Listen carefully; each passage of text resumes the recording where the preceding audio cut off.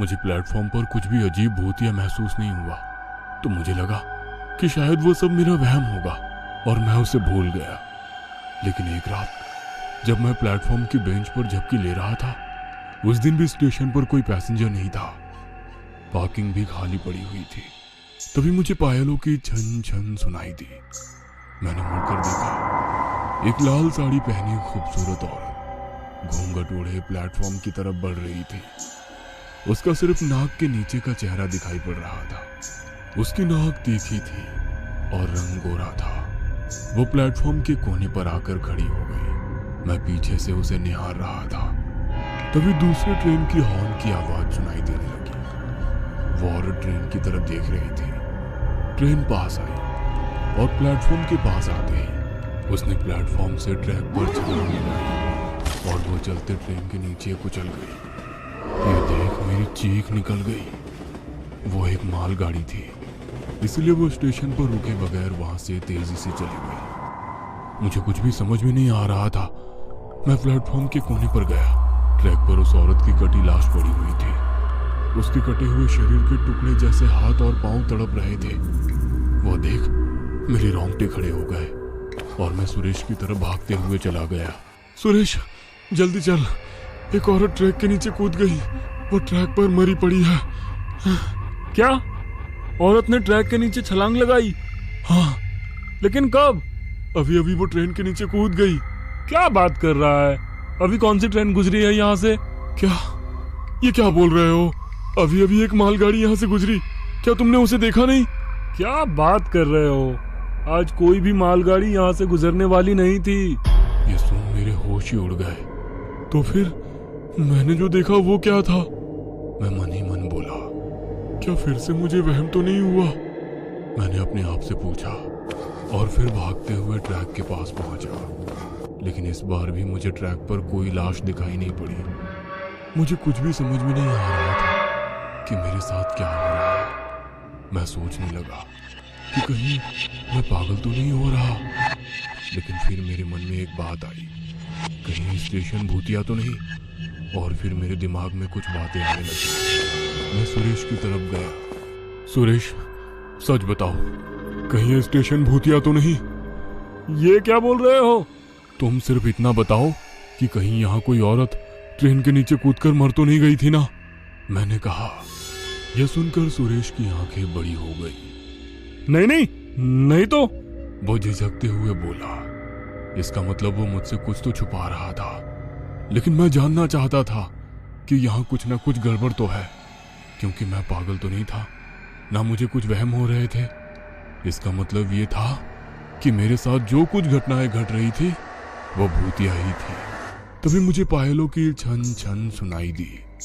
मैंने आवाज की तरफ देखा तो मैंने देखा कि दूर अंधेरे से वही लाल साड़ी वाली औरत हमारे पास चलते हुए आ रही थी। सुरेश, क्या वो तुम्हें औरत दिख रही है? मैंने सुरेश से पूछा और उसकी तरफ देखा तो सुरेश के पसीने छूट चुके थे। वो आंखें फाड़कर उस औरत को देख रहा था। नहीं नहीं तो, वहां कुछ भी तो नहीं है। लेकिन मैं जानता था कि सुरेश झूठ बोल रहा है। उसे वो औरत दिखाई दे रही थी और शायद वो उसे जानता भी था, लेकिन मुझसे वो बात छुपा रहा था। लेकिन क्यों? मुझे कुछ भी समझ में नहीं आ रहा था। वो औरत हमसे कुछ ही दूरी पर थी। तभी उसने अपना पल्लू उठाया और उसका चेहरा देखकर मेरे पैरों तले जमीन खिसक गई, क्योंकि उस औरत के नाक के ऊपर का पूरा चेहरा और सर कुचला हुआ था। उसकी आंखें, उसका चेहरा, उसका दिमाग और बाल सब एक दूसरे में उलझे हुए थे। मैं जोर से चीखा और स्टेशन के बाहर दौड़ा। मैं तब पार्किंग में था जब मैंने दूर से एक बाइक पार्किंग में आती देखी। मैं उस बाइक के सामने जाकर खड़ा हो गया। बाइक पर एक आदमी और उसके पीछे एक औरत बैठी थी। और जब मैंने उस औरत को देखा तो मेरे रोंगटे खड़े हो गए, क्योंकि वह वही लाल साड़ी वाली पल्लू ओढ़े हुए औरत थी। लेकिन तुम तो अभी मर गई थी ना? मैं डरते हुए बोलने लगा। क्या बात कर रहे हो आप? वो पीछे बैठी औरत बोली। ए, चुप कर, पराये मर्द से बात करती है तू। उसके सामने बैठा आदमी उस पे चिल्लाया। उसका चिल्लाना सुनकर वो औरत भी गुस्सा हो गई। ये आदमी तो मुझे चैन से न जीने दे रहा है न मरने दे रहा है। वो गुस्से में बोली और बाइक से उतर गई और बैग लेकर रेलवे स्टेशन की तरफ चली गई। उस आदमी ने उसे रोकने के लिए कहा, लेकिन वो नहीं रुकी। यह देख वो गुस्सा हो गया और वो आदमी उसे गालियां देते हुए वहीं बाइक पार्क कर उसके पीछे गुस्से में भागा। मैं देखना चाहता था कि आखिर ये क्या हो रहा है। कुछ देर पहले वो तो औरत मेरे आंखों के सामने मर गई और फिर उसका भूत भी मुझे दिखा था, लेकिन अब वो जिंदा इंसान की तरह कैसे हो गई। इसलिए मैं भी प्लेटफॉर्म पर पहुंच गया। वो दोनों प्लेटफॉर्म के कोने पर खड़े थे। तभी दूसरी ट्रेन की हॉर्न की आवाज आई। वो आदमी काफी डर गया था और उस औरत के सामने हाथ जोड़ रहा था। तभी उसने उस आदमी को रेलवे ट्रैक पर धकेला और चलती ट्रेन ने उसे कुचल दिया। ये देख मेरी आंखें फटी की फटी रह गई।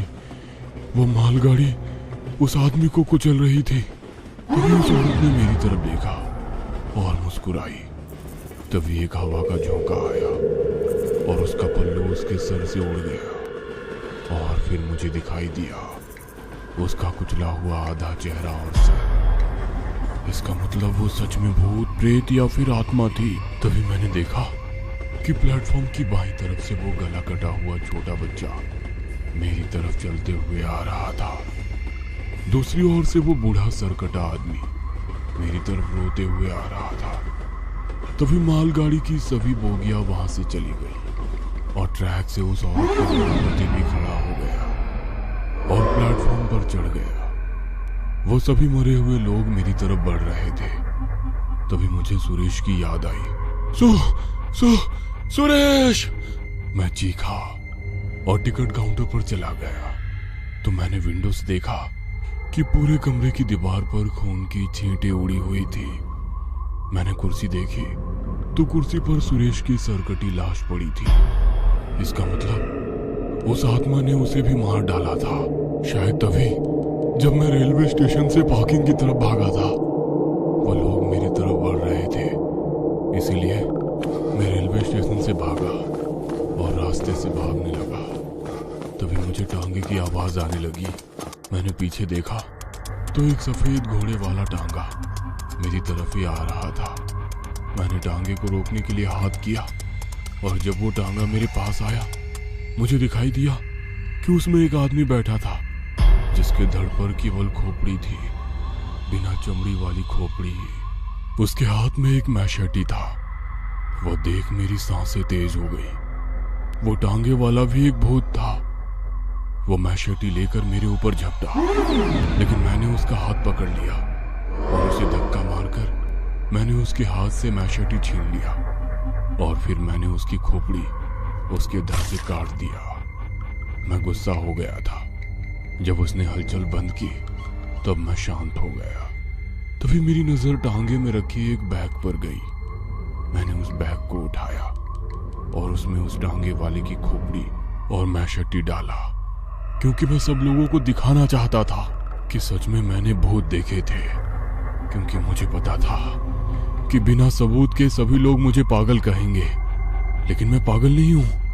मैं अपनी जान बचाते हुए वो बैग लेकर रास्ते में भाग रहा था कि तभी मैंने पीछे से बस आती देखी और फिर आप लोगों ने मुझे बचा लिया, वरना वो लाल साड़ी वाली औरत मेरी जान ले लेती। सत्या ने अपनी आप बीती बताई थी। उसकी आप बीती सुनकर ड्राइवर, कंडक्टर और आसपास बैठे 4-5 पैसेंजर डर के मारे सुन्न पड़ गए थे। तभी कंडक्टर की नजर सत्या के पैर के नीचे रखी बैग पर पड़ी। क्या इसी बैग में उस टांगे वाले की भूत की खोपड़ी है? हाँ, क्या आप लोग देखना चाहोगे? वो बैग अब खून से भीग चुकी थी। नहीं, मैं नहीं देख पाऊंगा। बगल वाली सीट पर बैठा बूढ़ा सत्या से बोला। तभी बस के पीछे से एक गाड़ी जोर जोर से हॉर्न मारने लगी। ड्राइवर उस कार से तंग आ गया था।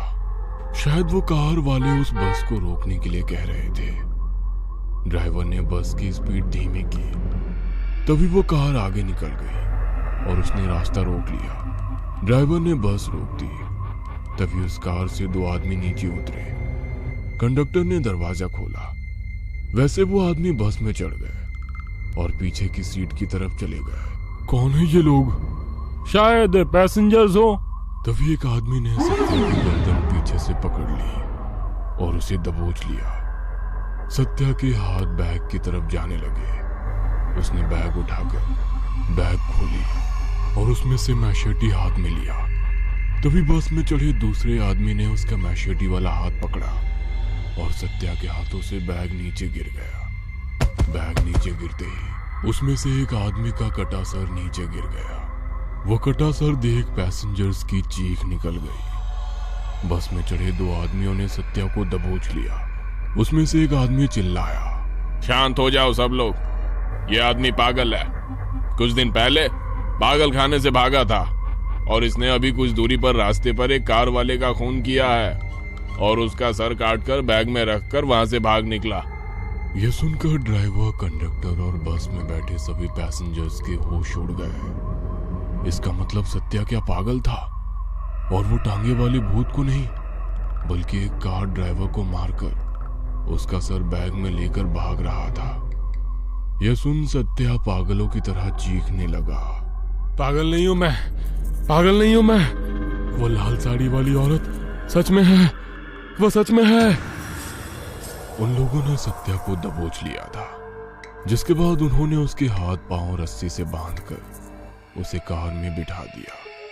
लेकिन ड्राइवर और कंडक्टर को सत्या की पूरी कहानी सुननी थी कि असल में वो पागल कैसे हुआ और वो जिस रेलवे स्टेशन का किस्सा सुना रहा था उसका आखिर मामला क्या था। उन्होंने उन 2 आदमियों को सत्या के बारे में पूछा। वो लोग पागलों के अस्पतालों में ब्रदर थे। उन्होंने बताना शुरू किया, ये पागल सत्या एक पहाड़ी रेलवे स्टेशन पर वॉचमैन का काम करता था। लोग कहते हैं कि वो स्टेशन भूतिया है। कुछ सालों पहले एक पति और पत्नी उस रेलवे स्टेशन पर आए थे। उन दोनों का स्टेशन पर झगड़ा हुआ और पति ने पत्नी को चलती ट्रेन के नीचे फेंक दिया। वो औरत प्लेटफॉर्म के आगे वाली ट्रैक पर ही ट्रेन के नीचे आकर मर गई।